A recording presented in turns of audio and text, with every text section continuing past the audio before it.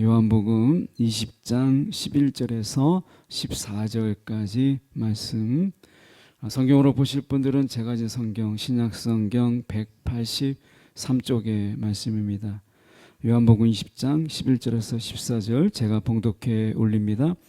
마리아는 무덤 밖에 서서 울고 있더니 울면서 구부려 무덤 안을 들여다보니 흰옷 입은 두 천사가 예수의 시체 뉘었던 곳에 하나는 머리편에 하나는 발편에 앉았더라. 천사들이 이르되 여자여 어찌하여 우느냐? 이르되 사람들이 내 주님을 옮겨다가 어디 두었는지 내가 알지 못함이니이다. 이 말을 하고 뒤로 돌이켜 예수께서 서 계신 것을 보았으나 예수인 줄을 알지 못하더라. 아멘. 오늘 말씀 가지고 빈 무덤의 슬픔이라는 제목으로 함께 말씀을 나누길 원합니다. 무덤이라고 하는 것이 주는 삶의 중압감이 있죠. 우리가 살다가 정말 힘들고 어려울 때 꼭 가야 되는 세 군데의 방문처가 있어요. 새벽 시장을 방문해 봐라. 거기에서 활기 넘치게 움직이는 그 새벽 시장을 보라. 이렇게 얘기합니다. 또 중환자실을 가서 보라는 거예요. 하루하루를 견디면서 하루를 이겨내기 위해서 온 힘을 기울이는. 그래서 우리가 하루가 헛되이 보내는 삶 속에서 하루의 소중함을 깨닫게 하는 것이 우리가 중환자실이죠. 그리고 또 하나가 있다면 그것은 무덤이에요. 장례식장.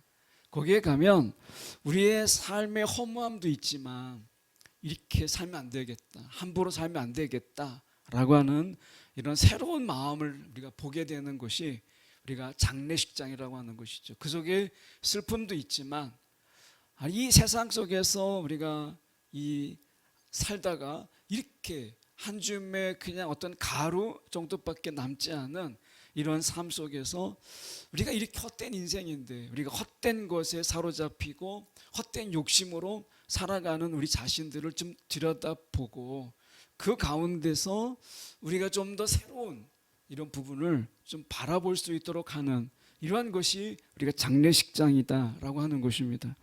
오늘 말씀 속에서 빈 무덤, 이 속에서 담겨져 있는 영적인 풍성함을 이 부활주일에 저희가 보기 원합니다. 먼저 11절의 말씀에 보면 마리아가 나와요. 마리아는 이렇게 나옵니다. 이 마리아가 우리가 성경에 여러 마리아가 나오기 때문에 우리가 어떤 마리아인가 싶지만 오늘 본문에 나와 있는 마리아는 막달라 마리아예요. 이 막달라 마리아는 우리가 잘 알다시피 예수께서 7 귀신을 쫓아내 주셨던 여인이죠. 그 이후에가 중요하죠. 7 귀신을 쫓아내 주셨던 이 막달라 마리아는 그 이후에 예수를 극진히 섬겨요. 누가복음 8장 2절과 3절의 말씀에 보면 또한 악귀를 쫓아내심과 병고침을 받은 어떤 여자들 곧 7 귀신이 나간 자 막달라인이라 하는 마리아.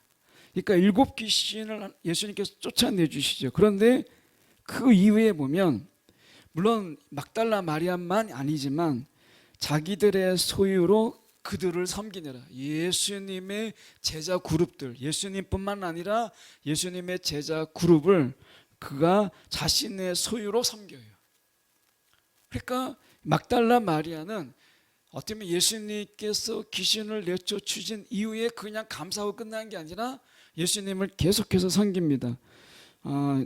요한복음의 앞에 장이죠. 우리가 저희가 20장이니까 19장 25절에 보면 이런 말씀이 있습니다. 예수의 십자가 곁에는 그 어머니와 이모와 글로바의 아내 마리아와 막달라 마리아가 섰는지라 이렇게 돼 있어요. 그러니까 어쩌면 고통스러운 처형의 장면이죠. 십자가의 장면. 제자들도 다 어떻게 보면 도망가고 했던, 물론 이제 우리가 요한은 그렇지 않았지만 어떤 처형당하는 그런 장면을 바라본다는 건 굉장히 위험한 것이고 힘든 일이죠. 베드로가 예수님을 3번 부인하고 도망했던 것처럼 어떻게 보면 그 처형의 자리에 있다라고 하는 것은, 누군가가 하나가 만약에 고자질을 하거나 그렇게 되면 신변의 위협을 느끼게 되는 그런 상황에 있는 것이죠. 그런데 그녀는 죽음의 순간까지 예수님의 곁을 지키는 충성심을 보여요.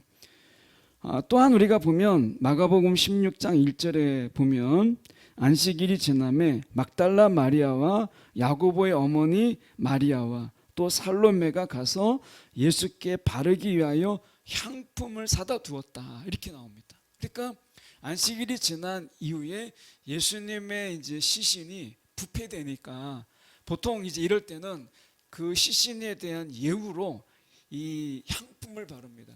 그래서 그 부패된 냄새가 나지 않도록 하는 것이거든요. 그러니까 어떻게 보면 이 막달라 마리아는 예수님을 만난 이후에 삶 속에서 예수님을 섬겼고 자신의 막 소유를 가지고 예수님께 드리고 그 제자들에게 필요한 것을 대줄 만큼 섬겼고 십자가의 자리를 지켰고 예수님이 죽으신 이후에도 가장 먼저 예수님에게 그 향품을 준비했다가 향료를 사서 바로 주려고 했던 여인이었어요. 그러니까 어떻게 보면 예수님의 그 만난 이후의 삶 속에서 예수로 가득했던 거죠.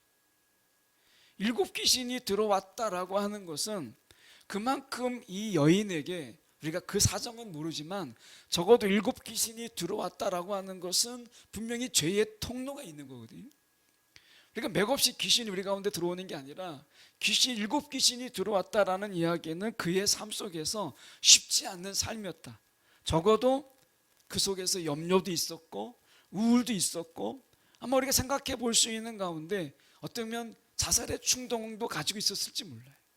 어떻게 보면 이 여인 속에서 삶의 의미라고 하는 것은 전혀 없는 그런 허무가 몰려왔을지도 몰라요.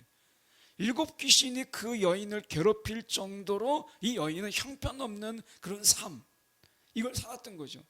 산다는 게 뭔가라고 하는 거, 그냥 호흡하고 있기 때문에 내가 살고 있는 것 뿐이지 산다라는 게 전혀 의미가 없는 그런 삶을 살았던 이 여인, 그 마음속에 공허와 황폐함이 가득했던 여인이죠. 귀신이 7 귀신이 들어와서 그 여인에게 줄 수 있는 게 뭐겠어요? 기쁨을 주었겠어요? 삶의 어쩌면 낙을 주었겠어요? 7 귀신이 들어와서 그 여인에게 줄 수 있었던 것은 즐거움이 아니죠. 아마 그 속에서 절망, 그리고 산다는 것에 대한 괴로움, 아침에 눈을 뜨게 되면 아마 이 여인은 괴로움으로 아침을 맞이했을지 모릅니다. 아마 그 해가 아침에 막 찬란하게 떴을 때 그 해의 아름다움을 아마 느끼지 못하는 이런 삶을 살았던 그런 여인이에요. 그 황폐함과 공허함은 이루지 말할 수 없죠. 그런데 예수님께서 7 귀신을 쫓아주었어요. 그리고 나서 그 여인 속에 새로운 삶의 어떤 소망이 있었던 거죠. 이것을 약간 우리가 좀 더 우리가 생각해 본다면 이 여인에게 있어서는 마지막 한 장 남은 악보, 예수님은 어떻게 보면 그에게 있어서 노래해야 되고 연주해야 될 하나의 악보예요. 우리가 그 전에 정확하게 기억나진 않지만 한 사람의 삶 속에서 자기가 정말 죽음의 직전까지 삶을 포기하려고 하는 순간에 악보 한 장을 발견하죠. 그리고 그 악보를 보면서 노래하면서 새로운 삶의 용기를 얻어요. 어떻게 보면 이 막달라 마리아에게 있어서 예수는 어떻게 보면 연주자에게 있어서는 마지막 한 장 남은 악보, 노래하는 자에게 있어서는 그 노래하는 하나의 악보죠. 그런데 예수님께서 이제 십자가에서 죽으셨어요. 그 악보마저도 이제 찢겨지는 고통을 이제 더 이상 낙이 없는 거죠. 그런 여인이 지금 11절의 말씀에 보면 마리아는 무덤 밖에 서서 울고 있더니, 자, 분명히 무덤 문이 닫혀 있어야 되는데, 그리고 그거를 지키고 있는 경비원들에게 이제 문을 열어달라고 하고 향료를 발려주려고 왔는데, 그 시신에 어떻게 보면 향료를 이제 발라주려고 왔는데 무덤 문이 열려 있었고, 그리고 안을 보니까 무덤 밖에 서서 울고 있더니 울면서 구부려 무덤만을 들여다보니 예수가 계시지 않는 거죠. 마지막 남은 그에게 있어서 노래할 수 있었던 삶의 이유, 노래할 수 있었던 그 악보 한 장이 완전히 찢겨진 거죠. 그러니까 이 여인에게 있어서 이 빈 무덤은 그냥 슬픔이에요. 모든 것을 다 잃어버리는, 이제 일곱 귀신에 의해서 절망 속에서 이제 겨우 자기의 삶의 빛을 발견했는데 다시 어둠이 몰려오는 이런 순간을 맞이한 게 이 빈 무덤이었다라고 하는 것이죠. 당시에 이 시신 도난이 의외로 많았다고 해요. 발견된 중에, 고고학자들이 발견된 중에서 이 나사렛 칙령이라는 것이 발견됐는데, 이것은 대리석 돌판이에요. 이 대리석 돌판에 나사렛 칙령이라는 것이 새겨져 있는데, 내용은 이런 거예요. 고고학자들이 이것을 해석해 보니까 이런 것입니다. 로마 황제가, 아마도 고고학자들이 이야기할 때 이 로마 황제는 클라디우스나 아니면 아우구스투스 중에 한 사람일 것이다 이렇게 추정해요. 어쨌든 로마 황제가 명령을 적은 것인데 이렇게 적었습니다. 무덤을 파헤치거나 시신을 악의적으로 옮기는 자는 사형에 처한다, 이렇게 돼 있어요. 그러니까 많았다는 거죠, 이런 일들이. 그러니까 무덤을 파헤쳐서 시신과 함께 놓아두었던 황금이나 보석, 이런 부자들이 이제 무덤 속에 같이 넣어주잖아요. 그러니까 이것을 도굴 하기 위해서 무덤을 파헤치거나, 때로는 예수님처럼 이적을 베풀고 기적을 베풀었던 이런 사람들 속에서는 마술사, 당시에 예수님을 모르는 사람들은 마술사라고 하잖아요. 이런 어떻게 보면 마술사, 이런 마술사의 무덤을 파헤쳐서 이 마술사가 죽었던 그 시신 속에는 아주 요요한 영적인 기운이 있다고 생각을 했어요. 그래서 마술사들이 특히 예수님 같은 경우에는 이 무덤을 파헤쳐서 예수님이 가지고 있는 어떤 신비한 이런 어떤 힘, 이것을 자기가 취해서 마술적인 힘을 얻기 위해서 무덤을 파헤치는 경우도 있었어요. 그러니까 이 마리아가 볼 때는 무덤 문이 열려 있었다라고 하는 것은 이 두 가지 중에 하나인 거죠. 근데 가장 우리가 마리아가 생각했던 부분 속에서 생각해 볼 수 있는 것은 13절이에요. 13절의 말씀에 보면 이렇게 말씀합니다.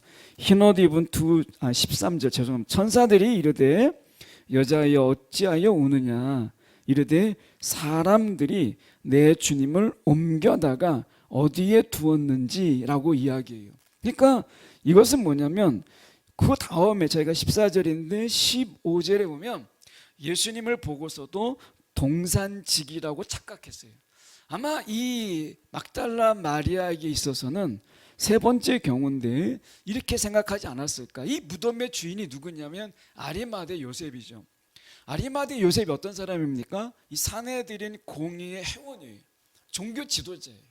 그러니까 많은 명성을 얻은 자인데 예수의 무덤으로 한 번도 사용해 보지 않았던 그 무덤을 내어주었잖아요, 이 아리마대 요셉이. 근데 밤새 이제 밤이 되고 하는 가운데 많은 사람들이 이제 이 아리마대 요셉에 대해서 막 비난하기도 하고, 그리고 때로는 욕하는 사람도 있고 손가락질하는 사람이 있으니까 아리마대 요셉이 마음이 좀 바뀌어서 자기가 내주었던 무덤을 이제 폐쇄하고 예수님을 다른 데 옮기지 않았을까라고 하는 것이 마리아의 생각이 아닐까라고 하는 것이.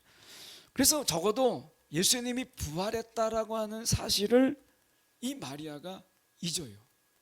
그러니까 부활이라고 하는 것은 이 마리아에게 있어서는 생각도 하지 못한 거예요. 그러니까 시신이 없다라고 하는 것 때문에 이 여인은 눈물부터 흘려요. 그래서 11절에 다시 가서 보면 울고 있더니, 이렇게 이제 이거는 이 울음이라고 하는 것은 단순하게 그냥 슬프는 게 아니라 정말 절망 가운데 이 여인이 우는 거죠. 그런데 이 여인이 얼마나 슬픔에 잠겨 있었는지 12절에 나오는 천사들을 보지 못했어요. 12절의 말씀에 보면 흰옷 입은 두 천사가 예수의 시체 뉘었던 곳에 하나는 머리편에 하나는 발편에 앉았더라고 얘기하잖아요. 그러니까 이 여인 막달라 마리아는 그 슬픔에 잠기는 바람에 지금 천사가 있는데 천사를 보지 못할 정도로 슬픔에 잠긴 거예요. 그리고 이 슬픔이 얼마나 컸던지 14절의 말씀에 보면 이렇게 말씀합니다. 이 말을 하고 뒤로 돌이켜 예수께서 서 계신 것을 예수인 줄을 알지 못하더라. 예수를 알아보지 못할 만큼 이런 큰 슬픔이었다라고 하는 거예요. 이 슬픔이 지금 이 여인에게 있어서 얼마나 컸던지, 예수님이 계셨지만 예수님이 아니 계시는, 실제로 예수님이 계셨지만 예수님의 부재를 경험했다는 거예요. 여기에서 우리가 생각해 보죠. 우리는 어떤가요? 이 세상의 삶 속에서 주님이 분명히 부활하셨고 우리는 부활을 믿잖아요. 그 부활하신 예수님은 이제 승천하셔서 하나님 우편에 계시지만 하나님 우편에만 계시는 것이 아니라 성령을 통해서, 우리가 성령을 그리스도의 영이라고 해요. 그래서 성령을 통해서 우리 안에 계셔요. 그래서 성령을 우리가 그리스도의 영이라고 하는 거거든요. 그런데 얼마나 많은 시간 동안에, 많은 시간, 이 막달라 마리아가 예수님을 보았음에도 불구하고 예수님이 안 계시는 예수님의 부재를 이야기하잖아요. 지금 14절에 예수님인 줄을 알지 못하더라. 예수님께서 그와 함께 있었지만 예수님을 알지 못해요. 언제 아느냐? 15절 16절에 가서야 예수님께서 정신없이 슬픔에 잠겨서 예수를 몰라보는 이 막달라 마리아에게 이름을 부릅니다. 마리아야. 그 이름 속에서 비로소 정신을 차려요. 여러분 생각해 보세요. 우리는 예수님이 성령으로 말미암아 우리 안에 계신데 예수님이 안 계신 것처럼 살잖아요. 그러니까 예수님이 실제하는데 예수님의 부재 속에서 살아가는 거예요. 이게 우리가 정말 이게 부활이 맞냐는 거예요. 정말 부활이라면 예수님이 지금 살아계셔서 우리와 함께 계신다라고 하는 거잖아요. 예수님의 부활은 임마누엘의 성취예요. 임마누엘이 뭐예요? 우리와 함께 계신다. 하나님이 우리와 함께 계신다. 이거잖아요. 그러니까 예수님이 몸으로 계셨을 때는 우리가 함께 할 수 없죠.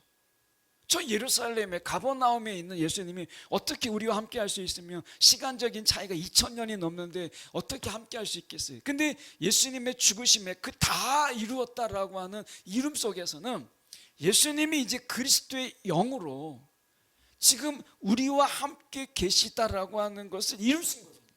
그 다 이루었다라고 하는 주님의 그 말씀 속에서는 2000년이 지난 이 순간에도 지금 우리와 함께 계신다. 저와 함께 있고 여러분과 다 함께 있다라고 하는 것을 이루셨다라고 하는 것이 포함된 거예요. 그런데 이 막달라 마리아가 지금 자신의 슬픔에 잠기다 보니까, 그러니까 예수님을 보고도 예수님이 안 계신 거죠. 우리와 다르지 않아요. 우리도 마찬가지로 세상의 문제 속에서 여전히 이 세상에 살지만 이 세상에 살다 보니까 어떻게 예수님이 계신데도 안 계신 거예요.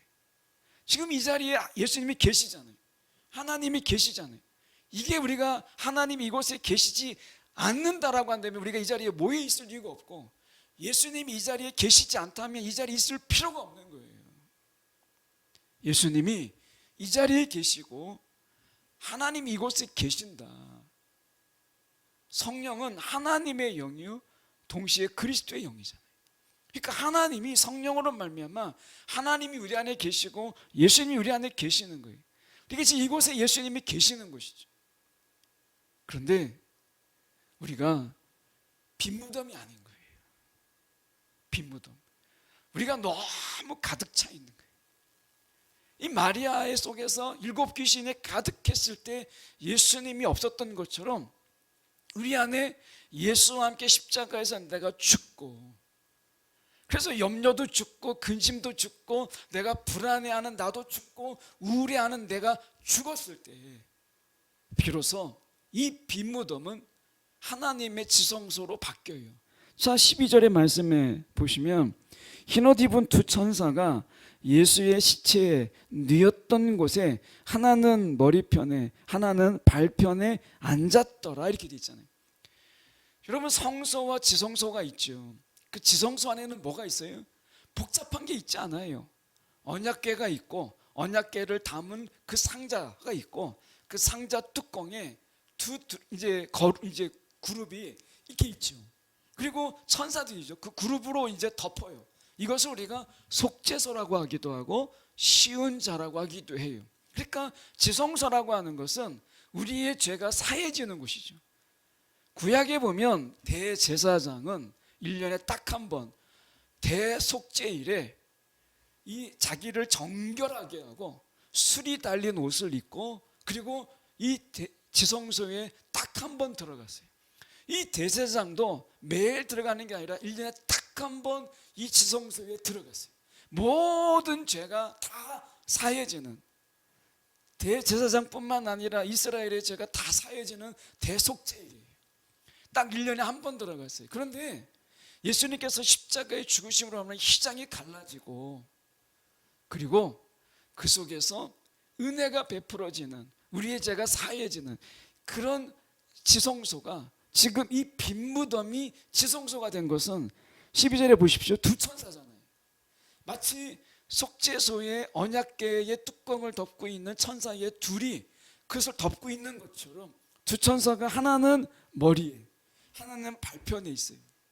이것은 이야기하는 게 뭐냐면 예수님의 이 부활로 말미암아 이 빈 무덤은 예수를 인격적으로 만나는 지성소가 되었고 거기는 은혜가 베풀어지는 자리였다라는 거예요. 14절에 다시 가서 보세요. 보면 예수께서 서 계셨다. 지금 마리아 제자들은 어떻게 했어요? 빈 무덤을 보고 다 갔어요. 베드로도 확인하고 갔어요. 근데 이 여인만큼은 이 빈 무덤을 지켰어요. 빈 무덤에서 슬피 울면서 있었어요. 그런데 이 빈 무덤에서 일어난 일이 뭐였어요? 예수님과 마리아 1대1로 인격적인 만남. 예수님이 그 이름을 불러요. 마리아야. 그 이름을 불러요. 이것이 뭐겠어요? 지성소에서의 만남이죠. 그러니까 우리가 부활이라고 하는 것이 무엇이냐라고 하는 것은 오늘 우리 안에 가득해 있던 것들이 예수로 가득해지는 지성소가 되는 것이고 그 지성소 안에서 예수님을 만나는 이 엄청난 은혜가 있는 것이 부활이라고 하는 거예요. 부활의 삶을 산다라는 건 뭐겠어요? 오늘 예수 안에서, 예수 십자가에서 우리가 가지고 있는 세상에서 가지는 우울과 세상에서 걱정, 근심, 이거 우리가 다 소용없는 거잖아요. 여러분, 걱정한다고 달라져요? 염려한다고 달라집니까? 하나도 달라지는 거 없어요. 그냥 우리 뼈만 상하게 할 뿐인 거예요. 근데 그것을 우리가 떨쳐내지 못하잖아요. 십자가에서 내가 염려를 다 내려놓고 내 근심도 내려놓고 울적함, 우울도 다 내려놓는 거예요. 여러분, 이 내려놓는 게 신앙인 거예요. 이걸 버리지 못하면 믿음이 자라지 못해요. 우리가 씨 뿌리는 비유에서 이야기하잖아요. 기쁨으로 말씀을 받았는데 말씀은 기쁘게 받았어요. 우리가 똑같잖아요. 우리가 설교 듣는 중에 어떻게 뭔가 하나님의 말씀을 들으면 아멘 아멘 하는데 듣는 중에 기쁨으로 들었는데 나중에는 다 까먹어요. 그냥 말라버려요. 그 씨앗이 그냥 타들어가 버려요. 염려, 세속의 염려와 근심으로 인해서 그렇다고 이야기하잖아요. 여러분, 근심하는 게 당연한 게 아니라 믿음에 반하는 일인 거예요. 내가 세상에서 우울한 것은 내가 믿음을 택하지 못하고 우울에 끌려가는 것은 우리가 하나님 앞에서 반신앙적인 부분이라는 거예요. 생각해 봐야 된다는 거예요. 우리가 때때로 정말 우리가 생각하지 못하는 가운데 사단이 가라지를 뿌리잖아요. 우리 가운데 좋은 말씀을 주셨지만, 씨 뿌리는 예수님께서 우리 가운데 좋은 말씀을 뿌리지만 살짝 가라지가, 사단이 와서 우리 가운데 염려를 뿌리고 근심을 뿌리고 우리 가운데 우울함을 뿌리는 거예요. 근데 뽑지 못하는 이유가 뭐겠어요? 좋은 씨가 자라야 되는데 그것까지 뽑을까 봐 그냥 내비둬라 하시잖아요. 여러분, 우리 가운데 분명한 것은 무엇이냐면 예수님이 이 가라지 뽑는 방법을 알려주셨다는 거예요. 그게 뭐냐? 십자가예요. 십자가. 우리가 뽑으면 같이 뽑아요. 좋은 씨앗과 가라지를 구분하지 못하는 거예요. 제가 그렇거든요. 대학 때 농화를 가면 이제 피를 뽑으러 가요. 그러면 이제 뭐가 있고 피가 있잖아요. 근데 제가 볼 때는 똑같은 거예요. 그냥 다 초록색이에요.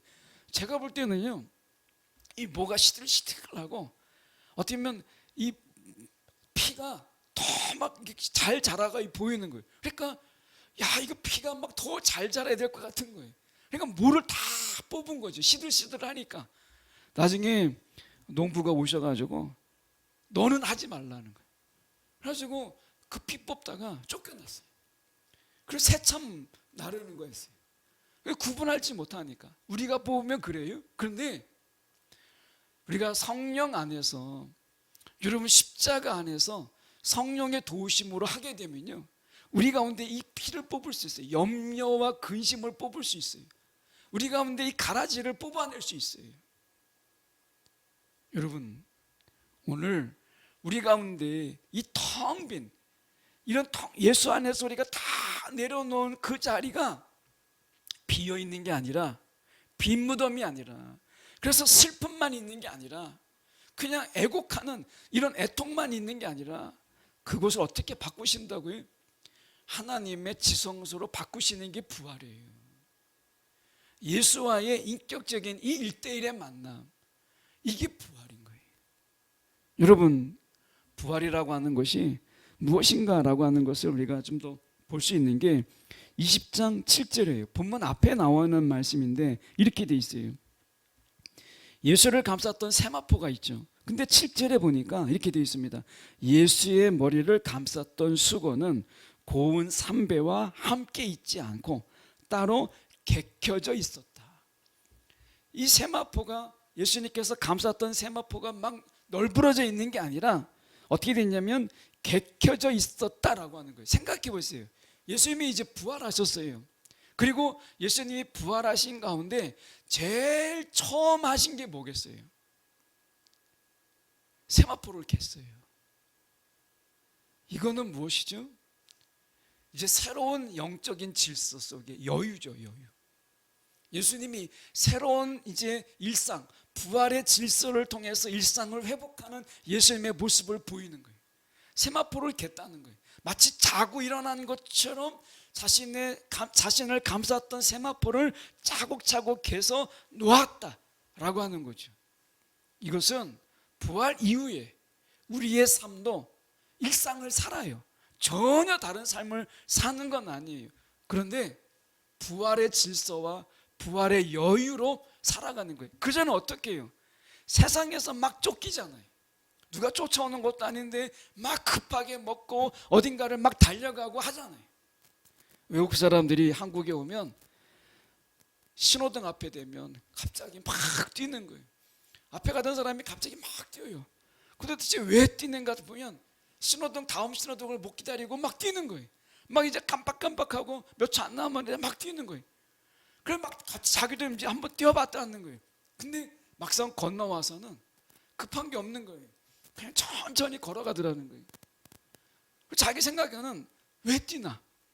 다음 신호 기다리면 되는데. 우리는 어떡하죠? 쫓기는 게 너무 일상화되어 있어서요. 그 초가 몇 초 안 남은 것, 그 파란불 속에서 깜빡깜빡하는 그것을 못 참아요. 그만큼 우리는 쫓기는 삶에 익숙해 있어요. 근데 그게 너무 당연하게 여기죠. 세상에 쫓기고, 어떻게 보면 세상의 염려에 쫓기고 사단에 쫓기고 그런 삶을 살잖아요. 그러니까 근심이 우리가 없을 수가 없어요. 그런 쫓기는 삶 속에서 늘 긴장되고 초조하잖아요. 그런데 예수님께서 보이신 것은 뭐예요?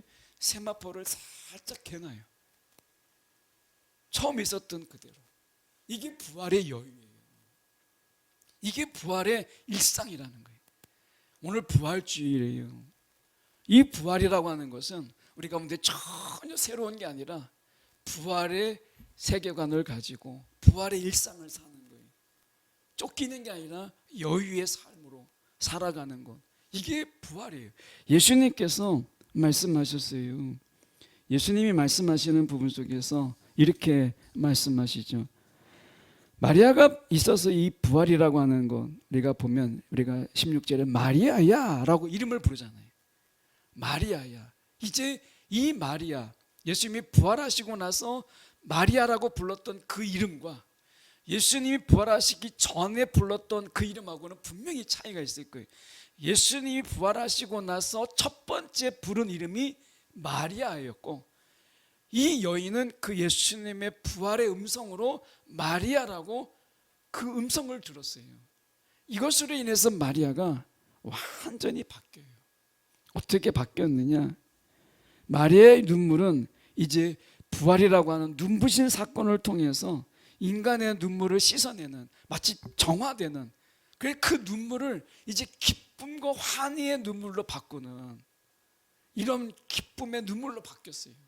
이 부활이라고 하는 것은 슬픔의 눈물, 우리가 이런 눈물이 아니라, 부재의 눈물이 아니라 기쁨의 눈물로 하나님께서 바꾸시는 거죠. 오늘 부활입니다. 우리 가운데 하나님께서 원하시는 것은 그분이 우리 가운데 은혜 베푸시는 것들로 말미암아 우리 가운데 그 은혜의 눈물, 감사의 눈물을 더 많이 흘리시기를 원해요. 눈물이 메마르는 게 아니라, 눈물을 닦아주셨다고 해서 눈물을 마르시게 하는 게 아니라, 감사의 눈물, 감격의 눈물, 환희의 눈물로 우리 가운데 바꾸시기를 원하시는 거예요. 마리아에게 있어서 우리가 예수님의 빈 무덤은 마침표가 아니었어요. 이 뒤에 나와 있는 제가 써놓은 것처럼 마침표가 아니에요. 예수님의 부활은 이제 끝났다, 예수님의 죽음은 끝이다, 이게 마리아의 세계관이었어요. 그런데 영원한 생명의 쉼표에 불과했다는 거죠. 그래서 여러분, 오늘 이 마리아가 예수님의 시신을 발라주기 위한 향유는 쓸모없게 되었어요. 이것이 부활이에요. 내가 예수를 위해서 뭔가를 막 준비했어요. 근데 이것을 쓸모없게 만드는 게 부활이라는 거예요. 부활이라고 하는 것은 우리가 예수님을 위해서, 죽은 자를 위해서 준비했던 이 모든 준비를 헛되게 만드는 게 부활이고, 예수님이 우리 가운데 주시는 것으로 우리를 채우는 것이 부활인 거예요. 여러분, 우리가 예수님을 위한 우리의 삶이 혹 죽은 자를 위한 우리가 향료 같은 그런 것이 아니었는가 돌아보면서, 오늘 예수님께서 우리 가운데 베푸신 생명, 그분이 우리 가운데 주신 은혜, 이것으로 말미암아 누리는 것, 이게 부활이라는 거예요. 우리가 예수님을 위해서 뭔가를 해보려고 애썼던 이 모든 것들이 부활 앞에서는요 다 소용이 없어요. 오늘 마리아가 보여주었던 이 빈 무덤의 슬픔이 아니라 이 빈 무덤 속에서 기쁨으로 바꾸시는 이 빈 무덤은 하나님의 지성소였다라고 하는 것을 우리가 기억할 필요가 있어요. 여러분, 오늘 부활이에요. 주님이 우리 가운데 원하시는 것 어려운 거 아닙니다. 복잡한 거 아니에요.